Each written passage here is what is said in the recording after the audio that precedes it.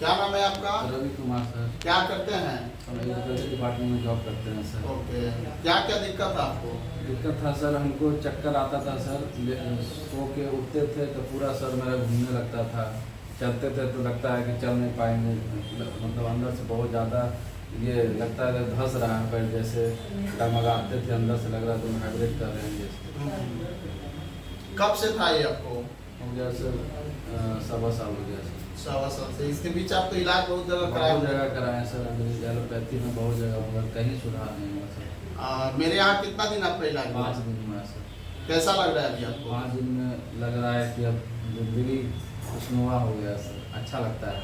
Okay, आपको कोई दिक्कत नहीं है? नहीं, कुछ आपको चक्कर नहीं आता है? चक्कर नहीं आता। पैर डगमगाता है चलते हैं तो? नहीं, उतना आता ही नहीं है। ओके, तो क्या कहना चाहेंगे लोगों को, मरीजों को क्या संदेश देना चाहेंगे? संदेश यही देना चाहेंगे सर कि जो बहुत निराश हो चुके हैं अपने बीमारी से, एक बार सर के यहाँ आइए और दिखवाइए और खुश होके जाइएगा। आप कितना संतुष्ट है यहाँ के इलाज हम से? बहुत संतुष्ट हैं।